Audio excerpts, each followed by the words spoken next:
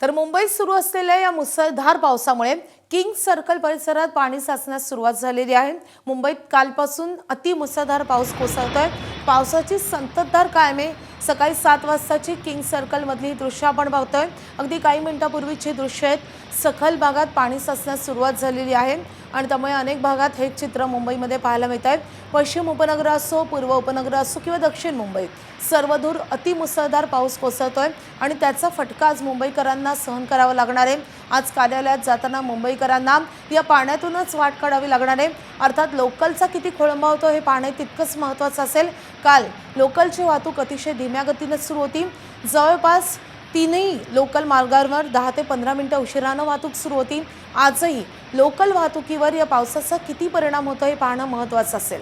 तर आजपासून पुढचे सलग 5 दिवस मुंबईमध्ये मुसळधार ते अतिमुसळधार पाऊस पडेल असा अंदाज हवामान विभागाने वर्तवला आहे। त्यामुळे मुंबईकरांना आजही या पावसाचा सामना करावा लागणार आहे आणि या पावसातून या पाण्यातूनच त्यांना वाट काढावी लागणार आहे। किंग सर्कल या परिसरातली दृश्य आपण पाहतोय। काही वेळापूर्वीचीच ही दृश्य आहे। किंग सर्कलचं अनेक सखल भागात पाणी साचलंय।